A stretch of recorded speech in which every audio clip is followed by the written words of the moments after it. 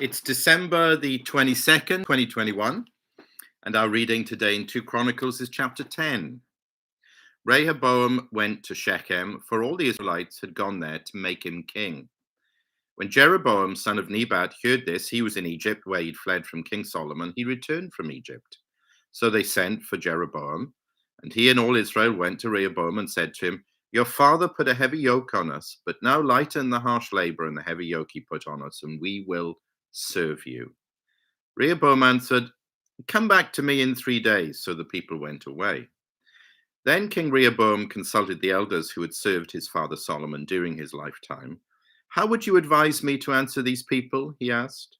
They replied, "If you will be kind to these people and please them and give them a favorable answer, they will always be your servants." But Rehoboam rejected the advice the elders gave him and consulted the young men who'd grown up with him and were serving him.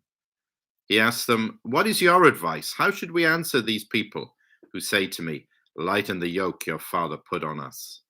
The young men who had grown up with him replied, "Tell the people who have said to you, 'Your father put a heavy yoke on us, but make our yoke lighter.' Tell them, 'My little finger's thicker than my father's waist. My father laid on you a heavy yoke. I'll make it even heavier. My father scourged you with whips. I'll scourge you with scorpions." 3 days later, Jeroboam and all the people returned to Rehoboam, as the king had said. "Come back to me in 3 days." The king answered them harshly. Rejecting the advice of the elders, he followed the advice of the young men and said, "My father made your yoke heavy. I'll make it even heavier. My father scourged you with whips. I will scourge you with scorpions." So the king did not listen to the people, for this turn of events was from God, to fulfill the word that the Lord had spoken to Jeroboam, son of Nebat, through Ahijah, the Shilonite. When all Israel saw that the king refused to listen to them, they answered the king, "What share do we have in David? What part in Jesse's son?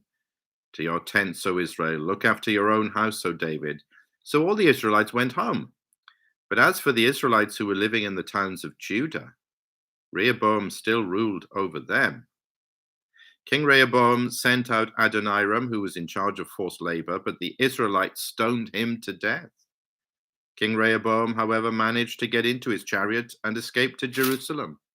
So Israel has been in rebellion against the house of David to this day.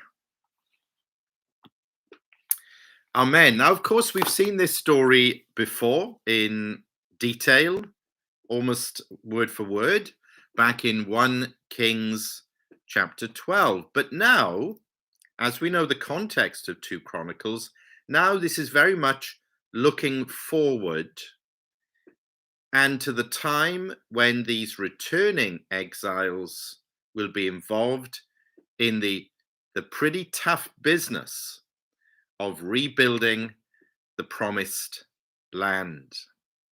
And 1 and 2 Chronicles is so relevant to that business. Yes, looking back, but gleaning these lessons for the future. What will we need to be these workers, these builders for God? One thing we'll need, of course, is godly leadership. All of us are leaders in one form or another. We're disciples, we're witnesses, but we are to have leaders to lead us and to teach us and show us the way and to live by example.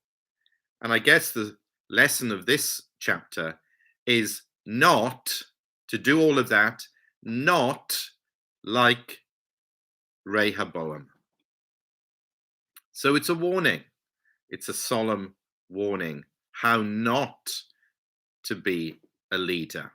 When the people come with Jeroboam, that's interesting that he's back on the scene now. When the people come and they approach Rehoboam, they seek mercy, don't they, in verses 1 to 4. And the heavy yoke of Solomon presumably refers to the building of the temple and all the other things. I mean, he was a busy man. He had great visions and plans, but somebody had to physically do that work, and it was the people, and it was a heavy yoke on them. Now they are seeking a lightening of that yoke. They're seeking some mercy and kindness from King Rehoboam, because there's no particular building work they're involved in, so it's a very reasonable request.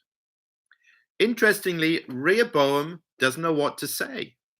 He's not like his father Solomon. Well, Solomon was a one-off. He was an absolute genius and unusually blessed by God with wisdom. So we're not surprised that wisdom just flowed out of him like that. Rehoboam's not like that. That's not surprising. But he tells them, and this seems reasonable again, verse 5, come back in 3 days and I'll give you your answer.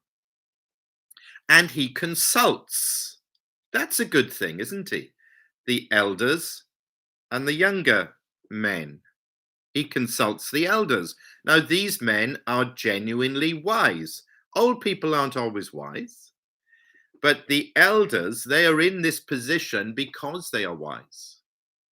And they're a pretty reliable source of wisdom for the king. And what do they counsel? Verse 7, kindness. If you'll be kind to these people and please them and give them a favorable answer, they will always be your servants. That is absolutely spot on.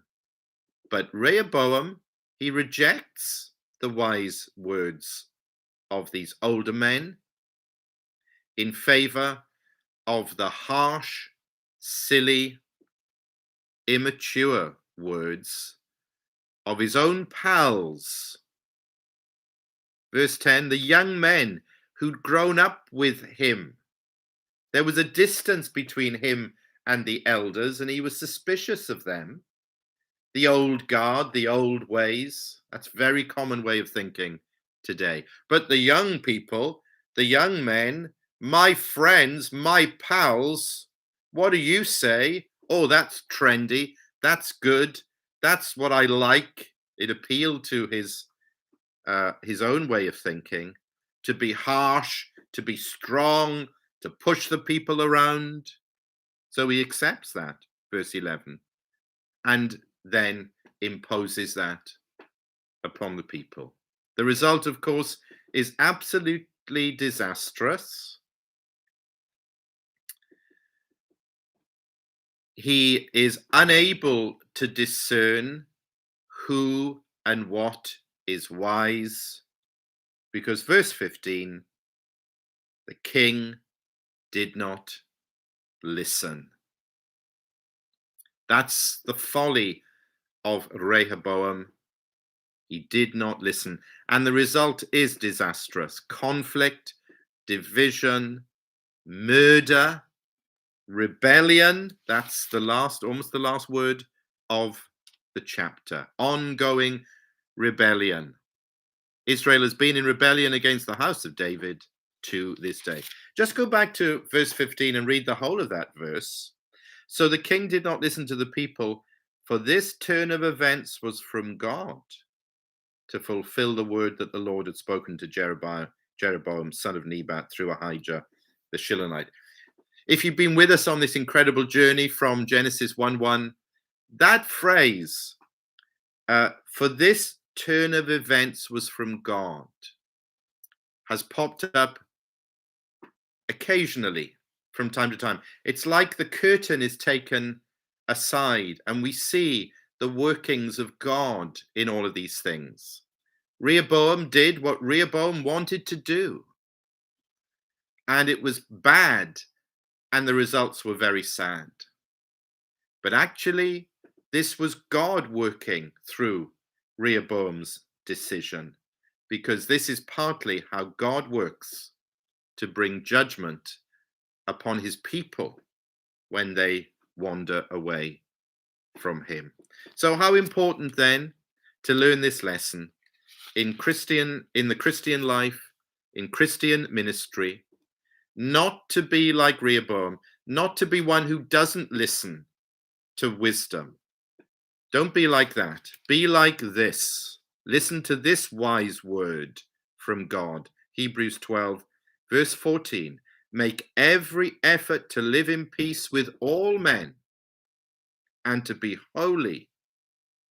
Without holiness, no one will see the Lord.